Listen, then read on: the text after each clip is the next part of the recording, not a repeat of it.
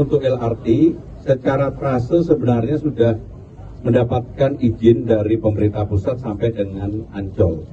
Jadi kalau memang mau utara ini terkoneksi dengan baik, maka LRT yang sekarang ini tersambung dari Velodrome sampai Manggarai yang mudah-mudahan akan diresmikan pada bulan Agustus. Sekarang ini dari Manggarai ke Velodrome itu 12,2 kilo, 11 titik, kemudian investasinya 11,5 triliun. Kalau kemudian ini dilanjutkan dari Velodrome ke Jakarta Utara, Tanjung Priok, dari Tanjung Priok kemudian ke JIS, dari JIS ke Ancol, dari Ancol yang trase yang perlu diurus adalah kalau memang harus terpenuhi, harusnya sampai dengan PIK 2 dan kemudian terkoneksi sampai dengan bandara. Kalau itu sudah bisa disambungkan, maka loop Jakarta ini transportasinya sudah tersambung dengan keseluruhan. Sampai hari ini baru 93% dan tentunya sebagai gubernur saya berharap bahwa bisa memulai untuk menyelesaikan loop yang belum terselesaikan yang melalui Ancol, kemudian PIK 2 dan ke bandara. Yang kedua mengenai Car Free Day, memang secara khusus untuk baik itu di Sudirman Tamrin maupun di Rasuna Said, kita akan efektif dimulai 1 Juni. Dan secara khusus untuk Car Free Day di Rasuna Said, kenapa kemudian 1 Juni? Karena mudah-mudahan 1 Juni nanti semua fasilitas sudah selesai, pedestrian, kemudian penanaman pohon-pohon dan sebagainya sudah selesai. Dan perbedaannya adalah kalau di Sudirman Tamrin dimulai 5.30 sampai jam 10, sedangkan di Rasuna Said dimulai dari jam 5.30 sampai jam 9. Karena di sana akan ada beberapa tempat untuk ibadah yang dimulai jam 10 pagi.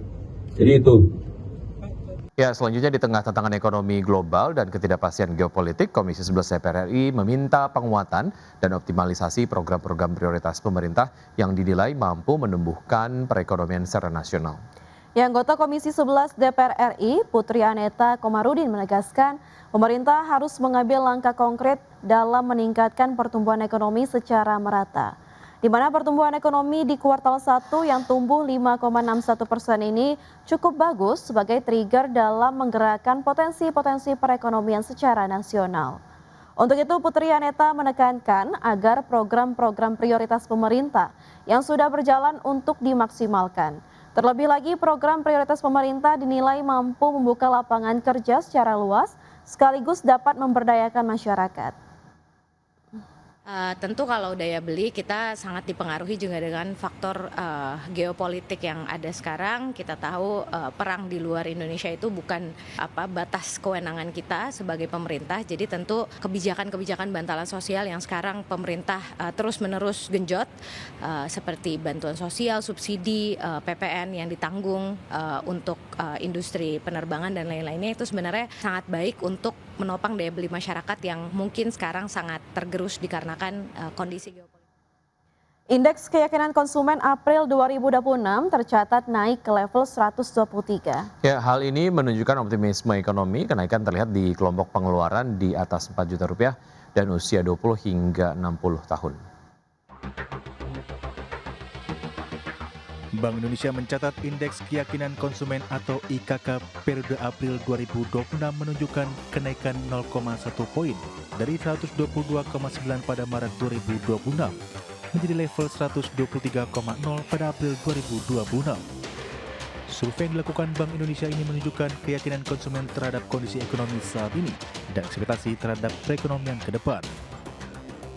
IKK sendiri merupakan indikator yang dapat digunakan untuk memprediksi perkembangan konsumsi dan tabungan rumah tangga, di mana indeks keyakinan konsumen menggunakan tahun acuan dengan nilai 100. Artinya indeks kepercayaan konsumen pada April 2026 di level 123 berada di zona optimis atau di atas nilai acuan. Berdasarkan pengeluaran, IKK April justru turun di sebagian besar kelompok, sementara berdasarkan kondisi keuangan rata-rata proporsi pendapatan konsumen untuk konsumsi naik dari 71,1% menjadi 71,2%.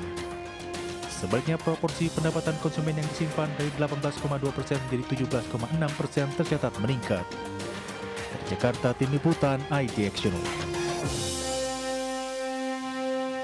Ya, pengamat ekonomi dari KOR Indonesia menyoroti utang pemerintah yang naik menjadi 9.920 triliun rupiah hingga Maret 2026. Ya, hal ini disebutkan akan semakin membebani khususnya beban bunga utang pemerintah. Jumlah utang pemerintah kembali bertambah pada kuartal pertama tahun 2026 di mana hingga akhir Maret 2026 mencapai 9.920 triliun rupiah. Jumlah tersebut setara dengan 40,75% terhadap PDB. Pengamat ekonomi dari KOR Indonesia Yusuf Randy Manilet menyebutkan utang pemerintah akan memberikan konsekuensi terhadap peningkatan bunga utang. Berdasarkan data, rasio bunga utang terhadap penerimaan di Indonesia hanya 14% dan mengalami lonjakan menjadi 16% di tahun 2026 ini. Dengan peningkatan rasio bunga utang terhadap penerimaan, maka semakin banyak bunga utang yang semakin didanai dari penerimaan yang didapat pemerintah.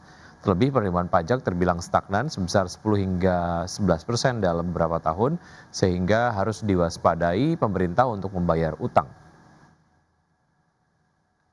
Kami menilai bahwa rasio atau indikator utang pemerintah perlu dilihat secara lebih komprehensif, tidak boleh hanya dilihat dari aspek rasio utang pemerintah terhadap PDB, tetapi juga perlu dilihat dari aspek-aspek lain, termasuk di dalamnya misalnya rasio bunga utang pemerintah terhadap penerimaan yang dalam beberapa tahun ini mengalami kenaikan, sehingga patut menjadi perhatian bersama untuk pengelolaan utang yang lebih hati-hati dalam jangka. Pemirsa, PT United Tractors Tbk menyampaikan target terbaru per penjualan alat berat dan hasil tambang perseroan untuk tahun 2026. Ya, Corporate Secretary United Tractors, Ari Setiawan, menjelaskan bahwa perseroan melakukan revisi terhadap sejumlah target penjualan pada tahun 2026.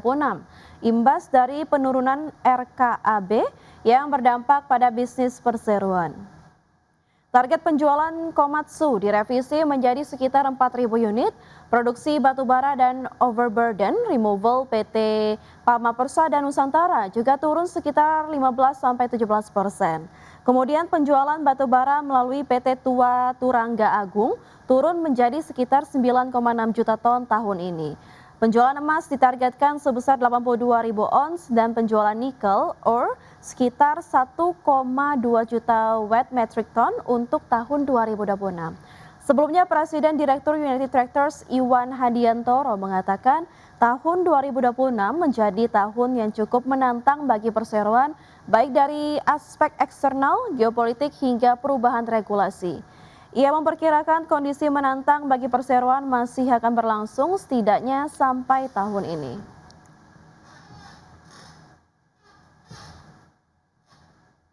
Ya pemirsa, di tengah pelemahan kinerja keuangan pada kuartal 1 2026, PT Industri Jamu dan Farmasi Sido Muncul Tbk meyakini prospek industri herbal nasional tahun ini masih tetap positif. Ya, optimisme tersebut seiring meningkatnya kesadaran masyarakat terhadap kesehatan dan konsumsi produk herbal.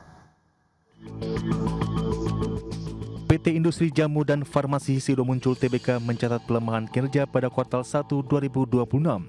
Baik dari sisi pendapatan maupun laba bersih. Meski demikian, perseroan menilai prospek industri herbal nasional tahun ini masih tetap positif, sering meningkatnya kesadaran masyarakat terhadap kesehatan dan konsumsi produk herbal. Perseroan pun memastikan permintaan terhadap produk-produk herbal Sido Muncul masih tetap kuat.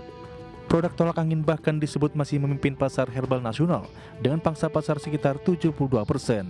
Di tengah tekanan jangka pendek, Sido Muncul tetap optimis terhadap prospek industri herbal sepanjang tahun 2026. Perseroan menilai tren konsumsi herbal di Indonesia masih akan terus berkembang.